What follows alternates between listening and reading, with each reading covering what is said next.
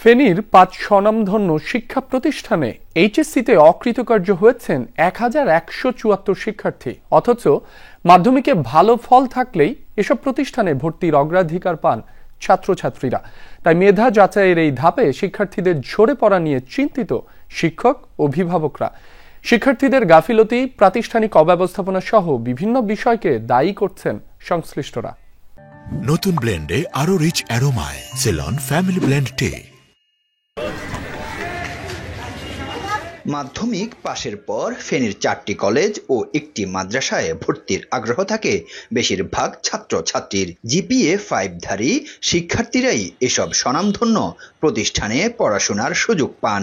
রেজাল্টেও এগিয়ে থাকে প্রতিষ্ঠানগুলো। এবছরও এসব প্রতিষ্ঠান থেকেই অকৃতকার্য হয়েছে শিক্ষার্থীরা।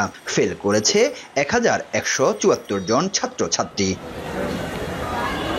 মেধার মানদণ্ডে এগিয়ে থাকা শিক্ষার্থীরা এভাবে পিছিয়ে পড়ায় দেখা দিয়েছে উদ্বেগ। ফল বিপর্যয়ের কারণ নিয়ে চিন্তিত শিক্ষার্থী ও অভিভাবকরা।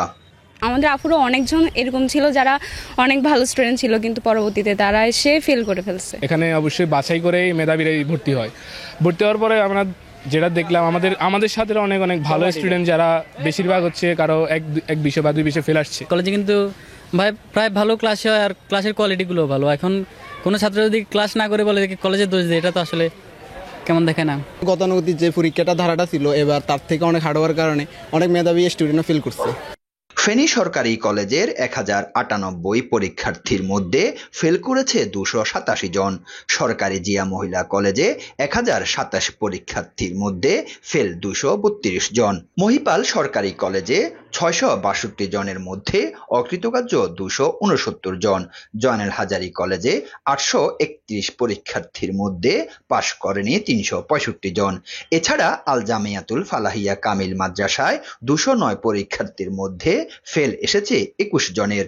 ফলাফল দেখে শিক্ষার্থীদের গাফেলতির পাশাপাশি প্রতিষ্ঠানের অব্যবস্থাপনাকেও দুষছেন কেউ কেউ। কড়া গাইডলাইনের মধ্যে ছিল, এখানে আসার পর হয়তোবা তারা ঠিকমতো ক্লাসটা করতেছে না, বাইরে হাঁটতেছে বা বিভিন্ন কারণে ওরা পড়ালেখায় মন দিচ্ছে না। শিক্ষার্থীরা ইন্টারমিডিয়েটের এই জায়গাটিকে তারা কোনো ধরনের গুরুত্ব দেয় না। শিক্ষকদের এবং অভিভাবকদের কথা এইসব শিক্ষার্থীরা শুনে না। প্রাতিষ্ঠানিক সীমাবদ্ধতা স্বীকার করলেও ফল বিপর্যয়ের জন্য শিক্ষার্থী ও অভিভাবকদের অসচেতনতাকে দায়ী করছেন প্রতিষ্ঠান প্রধানরা। শিক্ষক না থাকার যে একটা লিমিটেশন, সেই লিমিটেশনের কারণে অনেক সময় আমরা কিন্তু সবাইকে কিন্তু কি করতে পারি না, একেবারে এইচএসসি থেকে মাস্টার্স পর্যন্ত সমানভাবে কিন্তু আমরা কিন্তু নার্সিং করতে পারি না। ছেলে মেয়েগুলা কলেজে ক্লাসে আসে না, কলেজে ক্লাসে না এসে তারা বিভিন্ন জনের কাছে প্রাইভেট পড়ে। এই জায়গায় আইসা দেখা গেছে এখানে সিলেবাসটা অনেকটা খুব বেশ আপডেট করা আর কি। তো এটাতে তারা অ্যাডজাস্ট করতে গিয়ে অনেক সময় দেখা গেল তারা একটু হতাশাগ্রস্ত হয়ে যায়। ছাত্র শিক্ষকের মাঝে কিন্তু সীমাবদ্ধ রাখতে চাচ্ছি না, আমি এখানে কিন্তু অভিভাবককেও সম্পৃক্ত করতে চাচ্ছি। জেলায় এবারের ফলাফলে এইচএসসি ও আলিম পরীক্ষায় উত্তীর্ণ হয়েছে 6,277 জন। অকৃতকার্য হয়েছে 5,755 জন শিক্ষার্থী। আরিফুর রহমান, যমুনা নিউজ, ফেনী।